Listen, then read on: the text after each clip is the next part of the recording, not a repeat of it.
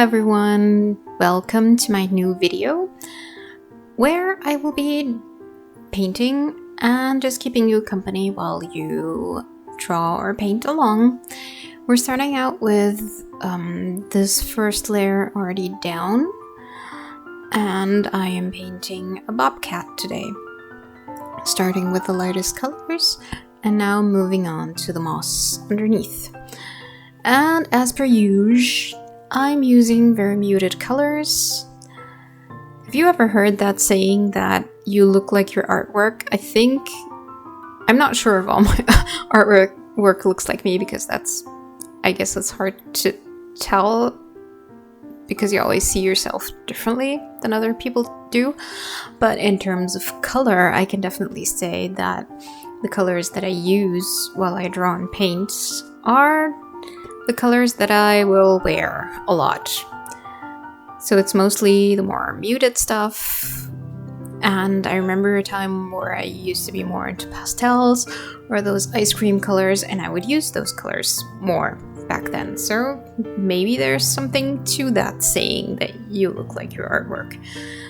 But yeah, the rest is kind of hard to tell because I'm guessing my facial features are not those of an owl or those of a bobcat, and maybe something in between. I don't know.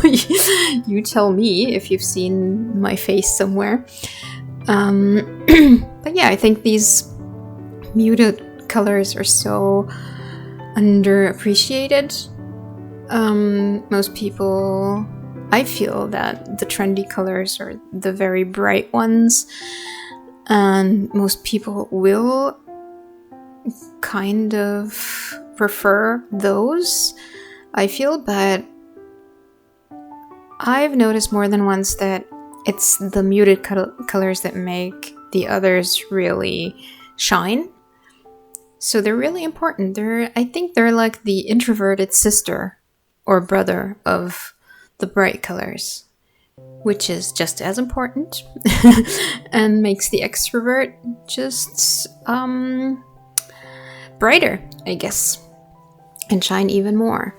And I feel that the worst thing you can do is just throw all bright colors in one painting.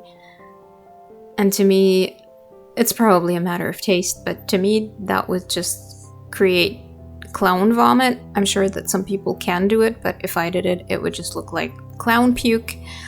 And I feel it's always important to balance things out with the more naturally occurring colors, actually. So yeah, that's beside the point. I am going through, I don't want to say a rough patch, but these past few days have not been the greatest for me, so I've been procrastinating recording this voiceover for a while because I haven't been feeling that well. My mother had an accident and she's in the hospital, and I don't know, it's very hard to plan things right now and know how long it will take. And I don't know, I've been mentally preoccupied, so I hope that this voiceover doesn't turn out all too terrible. I'm trying to sound happy. I'm not completely unhappy. I'm actually quite grateful that nothing worse happened to her, but yeah, you're worried about these kind of things.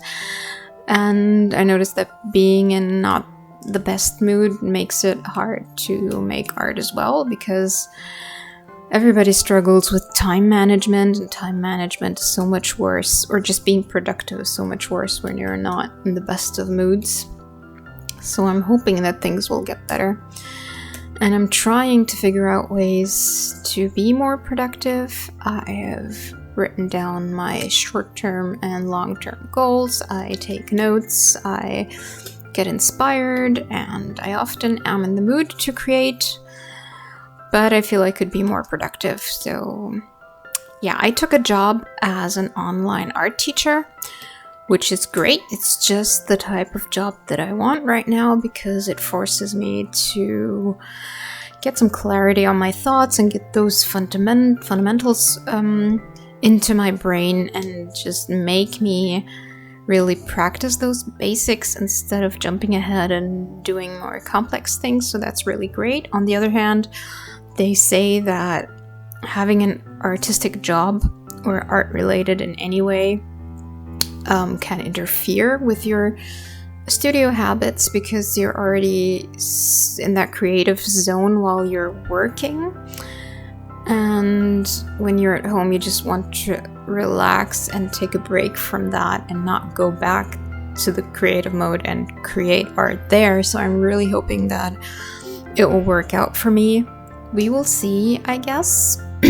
But that makes it even more important to think about time management. So I'll let you know how it goes. Sometimes I'm not even sure whether to call this a drawing or a painting because you do so much with colored pencils, or I do a lot with colored pencils, and they're a drawing tool while my base is watercolor, which is a paint. So I feel that the lines are really, really blurry, like for example chalk pastels and oil pastels and all of that to me aren't a painting medium really, but they can be a drawing medium. So I don't know if I'm wrong or mislabeling what I do here. Please let me know. I've finally gotten around to doing some plein air painting in my free time with no camera running, which was nice. I did one in watercolor and one in gouache because I really wanted to give it another try, and I realized that some things in gouache are really hard to render on paper. So I came to the conclusion that if you want a certain light atmosphere, it's a really good idea to mix watercolor and gouache. And that's also what I'm doing with my Bobcat here. So yeah, I keep going back to mixed media. There's some things that I have been, like ideas I have been flirting with in terms of consumption. I really would like to buy more colored pencils, and I would like to try out some new media like markers, because markers are pretty much the only thing I've really never used, like not artistically at least.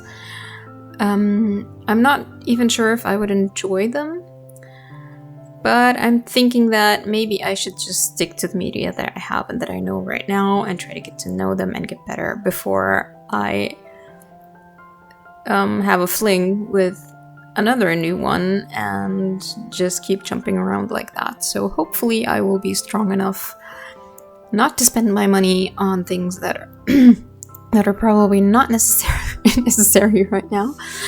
One other thing that I have not tried is colored ink and watercolor ink. And I think I am kind of curious about those, but I already have so much stuff lying around. And media that I also really enjoy. Just that now that I'm also planning lessons to teach to other people, I realized that oil is really hard to teach when you have a limited amount of time. Watercolor is seen as tricky by many, and gouache is just, I don't know, I find it super complicated and it takes a while to get used to, so I don't feel it's the best teaching medium either.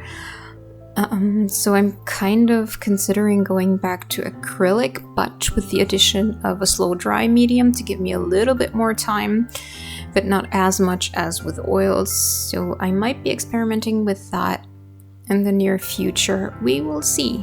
Let me know, do you have this thing where you keep trying out new media before really properly mastering the ones that you have?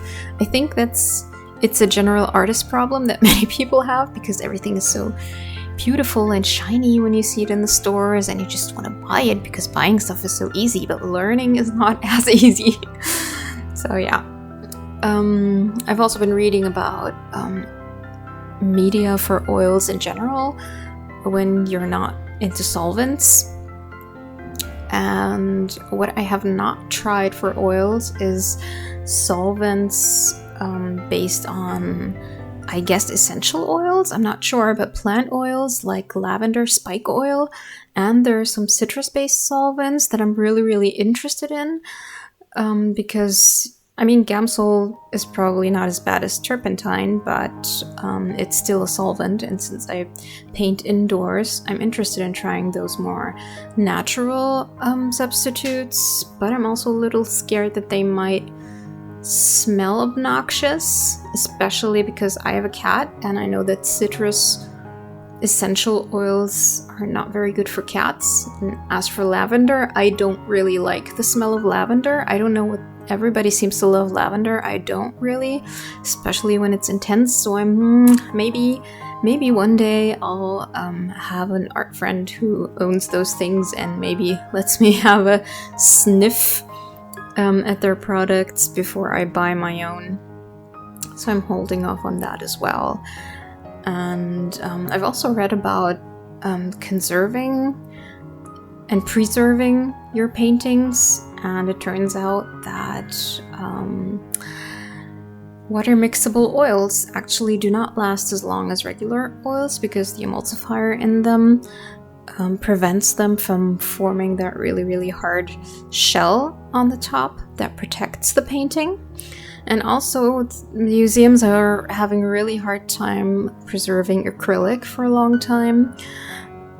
There doesn't seem to be a really good varnish for acrylic, and varnish seems to be critical in making paintings last. So yeah, that's making me think as well. There may be some strange solutions for varnishing that I have not read about yet. I would have to do more research, but so far what I've read was that acrylic really does not last, and I don't know if it's important to me to have my stuff last longer than I will live, but it might be something I would want to look into, because if I live to be 100 years old, it would kind of be nice to still have my paintings from now. So yeah, we'll see. And then acrylic obviously really collects a lot of dust, and honestly I don't like the feeling of plastic. I don't like the fact that they're made out of plastic, really. I mean, the pigments are the same, but the binder, I don't think it's very environmentally sound and responsible either. But I don't know, it's really hard to do everything right, so I'll just stick with my watercolor for now and see where that takes me. I'm adding a little bit of a kind of purplish color now, just to increase the contrast to the brown tones of the Bobcat, and adding a little bit of darkness, which made me realize that I have to increase some contrast, which I will be doing now. And that's really how you go about it. You go step by step, and sometimes the painting is really ugly in the middle of the process, and then you try this and you try that, and like the last 10 minutes or maybe the last few minutes, it becomes what it was supposed to be. So don't despair if you hate your art. The plein air painting that I did in gouache the other day really frustrated me, and it looked ugly for the longest time. It's actually not finished yet, and I still have to try out some things with the background. But yeah, I think that the one thing about gouache that will not make it my favorite medium is the chalky feeling of it. I feel like it's very hard on my watercolor brushes, and it just feels like chalk a little bit, and I'm not sure I like that. I really like that buttery consistency of oils. But it's still fun to try it, and even if I just use it for studies, then I won't have wasted it. And yeah, we'll see where this whole thing leads me. I think I will leave you to your week now. I hope you've been inspired to paint something yourself. I think the reason why I chose this animals just because it's so cat-like. Because I read a meme the other day about cat people and how they're so excited whenever they see a cat. Like, it's a creature that they've read about for decades, but they've never seen one. And as soon as they see a cat, they'll be super excited about it, no matter how many cats they've seen that day. And I can totally confirm that. I'm like that. And I will squeal like a 5-year-old girl when I see a cat, even though I have one at home who would be very pissed to see that I'm petting other cats. But yeah, that's the way it is. And this is a very cat-like creature, so I hope you enjoy, and I hope you have a very creative week. I will see you next week. Bye!